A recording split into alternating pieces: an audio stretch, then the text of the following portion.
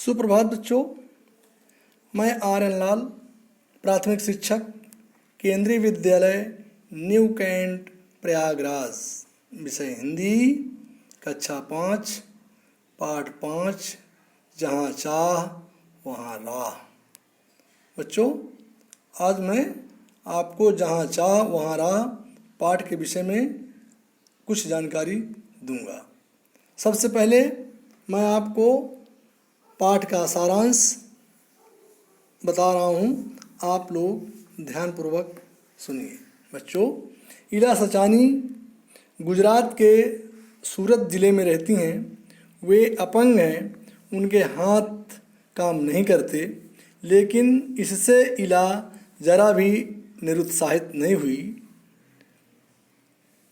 उन्होंने इस कमी को तहे दिल से स्वीकार करते हुए अपने पैरों से काम करना सीखा।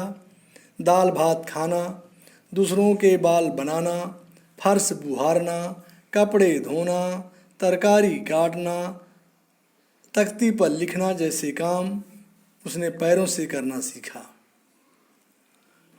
कभी कभी उन्हें किसी काम में परेशानी ज़रूर आती थी, लेकिन इला इन परेशानियों के आगे झुकने वाली नहीं थी।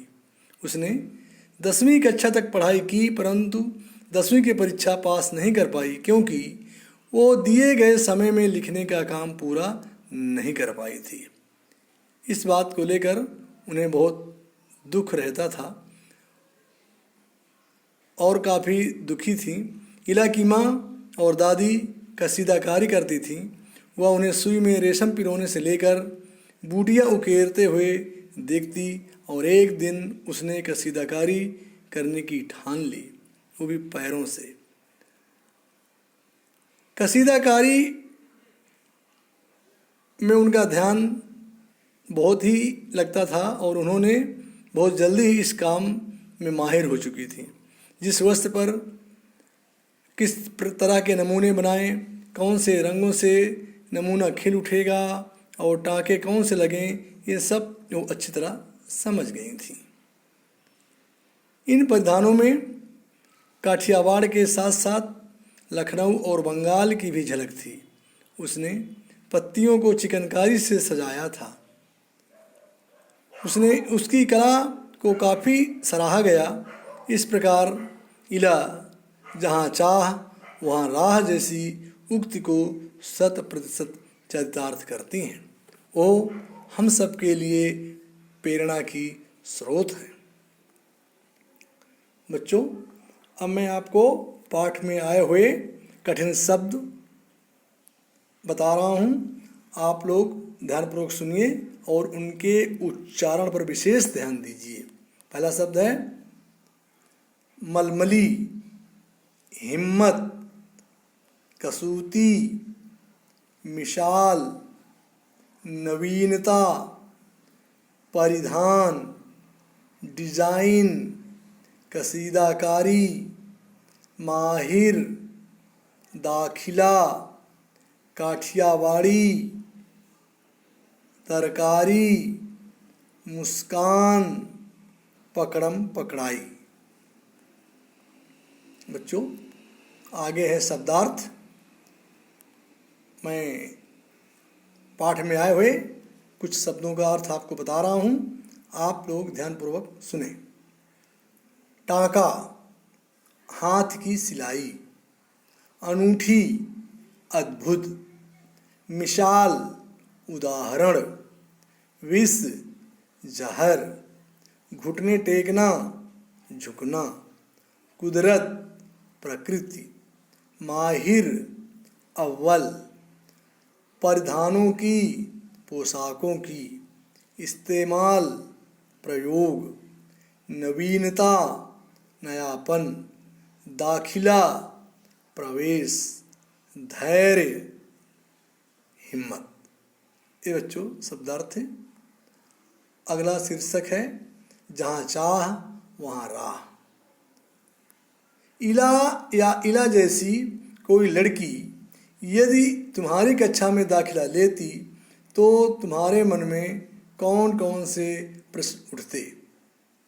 इसका उत्तर है इला या इला जैसी कोई लड़की यदि तुम्हारी कक्षा में दाखिला लेती तो मेरे मन में तरह तरह के प्रश्न उठते, जैसे वह कपड़े कैसे पहनती होगी, वह कैसे खाती होगी, वह अपना गृह कार्य कैसे करती होगी, वह अपने बाल कैसे संवारती होगी, कहीं खुजली होने पर वह कैसे खुजलाती होगी। प्रश्न 2, इस लेख को पढ़ने के बाद क्या तुम्हारी सोच में कुछ बदलाव आए? उत्तर, इस लेख को पढ़ने के बाद हमारी सोच में ये बदलाव आए कि हम अब अपाहिज लोगों को कमज़ोर नहीं समझेंगे और उन्हें भी हर काम करने में कुशल मानेंगे। इला ने हाथों की कमी को पैरों से पूरा किया और कामयाब बनी। ये भी महसूस हुआ कि कभी हार नहीं माननी चाहिए। मेहनत करने से हर चाहत पूरी की जा सकती है। जहाँ चाह वहाँ राह। प्रश्न 3, यदि इला तुम्हारे विद्यालय में आए तो उसे किन किन कामों में परेशानी आएगी? उत्तर, यदि इला हमारे विद्यालय में आए तो उसे निम्नलिखित कामों में परेशानी आएगी। उसे अपना स्कूल बैग ढोने में, बेंच सीधा करने में, जल्दी जल्दी लिखने में, कोई सामान उठाने में, साथियों के साथ खेलने में, परीक्षा में लिखने में। अगला प्रश्न, उसे ये परेशानी न हो इसके लिए आपने विद्यालय में क्या तुम कुछ बदलाव सुझा सकते हो? अपने विद्यालय में कुछ बदलाव ला सकते हो। उत्तर, उसे ये कामों में परेशानी न हो इसके लिए हम विद्यालय में कुछ सहायक नियुक्त कर सकते हैं और उसके सभी कामों में उसकी सहायता कर सकें। इला को परेशानी न हो इसके लिए कुछ और बदलाव करने होंगे, जैसे इला का बैग स्कूल में ही रखना, उसे लिखने के लिए अधिक समय देना, खाना खाते समय बैठने की सही जगह देना। हम सब बच्चे ध्यान रखेंगे कि दौड़ते या खेलते समय उससे कोई टकराए ना। परीक्षा के समय अधिक समय देना। ज़्यादातर चीज़ों को इला की पहुँच में रखना। बच्चों, इला के बारे में पढ़कर जैसे भाव तुम्हारे मन में उठ रहे हैं उन्हें इला को चिट्ठी लिखकर बताओ। चिट्ठी की रूपरेखा नीचे दी गई है। बच्चों, इसका उत्तर होगा, मैं आपको एक पत्र पढ़कर बता रहा हूँ। प्रयागराज 15 मार्च 2020।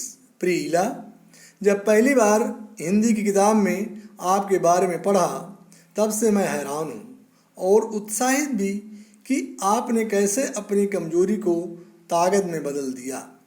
चुनौतियाँ तो आपको बहुत रही होंगी, आखिर आपने उन सबको हरा ही दिया। मैं आपकी स्थिति को देखकर सोचती हूँ और उतनी ही पीड़ा का अनुभव भी करती हूँ। मैं सोचती हूँ कि आपको कितनी परेशानियों का सामना करना पड़ता होगा। मेरे मन में आपके लिए बहुत प्रेम है। आपके जैसी साहसी लड़की को अपना मित्र बनाना चाहती हूँ। आपकी नेहा सिंह। इला को लेकर स्कूल वाले क्यों चिंतित थे? उनका चिंता करना सही था या नहीं? अपने उत्तर का कारण लिखो। इसका उत्तर होगा बच्चों, इला की सुरक्षा और उसके काम करने की गति को लेकर स्कूल वाले चिंतित थे।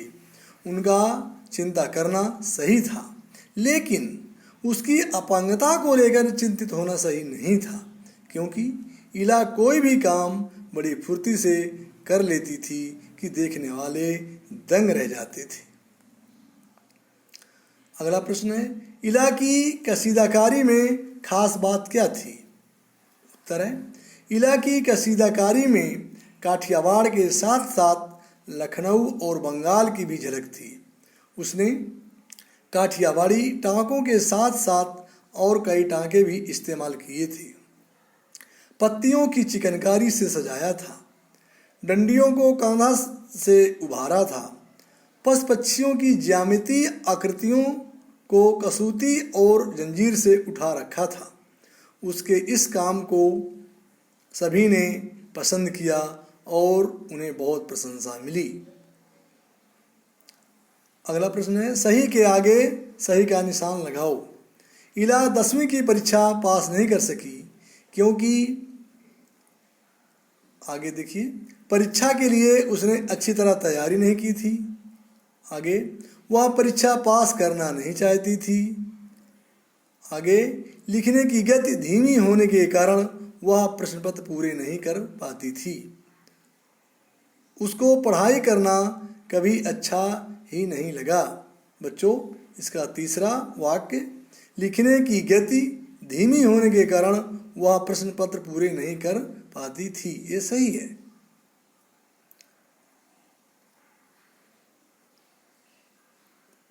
वो सही उत्तर छांट कर लिखो। इला 10वीं की परीक्षा पास नहीं कर सकी क्योंकि परीक्षा के लिए उसने अच्छी तरह तैयारी नहीं की थी। वह परीक्षा पास करना नहीं चाहती थी। लिखने की गति धीमी होने के कारण वह प्रश्न पूरे नहीं कर पाती थी। उसको पढ़ाई करना कभी अच्छा नहीं लगा। इसका उत्तर है, लिखने की गति धीमी होने के कारण वो प्रश्न पत्र पूरे नहीं कर पाती थी। अगला प्रश्न, क्या इला अपने पैर के अंगूठे से कुछ भी करना सीख पाती अगर उसके पास आसपास के लोग उसके लिए सभी काम स्वयं कर देते और उसको कुछ करने का मौका नहीं देते? उत्तर, यदि इला के आसपास के लोग उसके सभी काम स्वयं कर देते और उसको कुछ करने का मौका नहीं देते तो वो अपने पैर के अंगूठे से कुछ भी करना सीख नहीं पाती। अगला प्रश्न, इस पाठ में सिलाई कढ़ाई से संबंधित कई शब्द आए हैं, उनकी सूची बनाओ। अब देखो कि इस पाठ को पढ़कर तुमने कितने नए शब्द सीखे। उत्तर का, पाठ में सिलाई कढ़ाई से संबंधित कई शब्द आए हैं, जैसे सुई धागा, मलमल, रेशम, पल्लू, कसूती के टाँके, भरवा टाँके, कांथा, बेल बूटे, बूटियाँ, काठियावाड़ी, कसीदाकारी, चिकनकारी, कसूती और जंजीर। नीचे दी गई सूची में से किन्हीं दो से संबंधित शब्द संज्ञा और क्रिया दोनों ही इकट्ठा करो। शब्द हैं फुटबॉल, बुनाई, बागवानी, पतंगबाजी। उत्तर, इनमें से हम दो शब्दों को ले रहे हैं। पहला शब्द है बागवानी।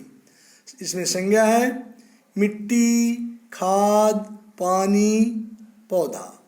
क्रिया जुताई, रोपाई, निराई, सिंचाई। अगला शब्द है पतंगबाजी। पतंगबाजी में संज्ञा शब्द आएंगे कागज, मांझा, पतंग, चरखी। इसमें क्रिया शब्द होंगे उड़ाना, खींचना, भागना, काटना। बच्चों, हमने आपको सभी प्रश्नोत्तर बता दिए। अब आप लोगों को बहुत बहुत धन्यवाद। धन्यवाद बच्चों।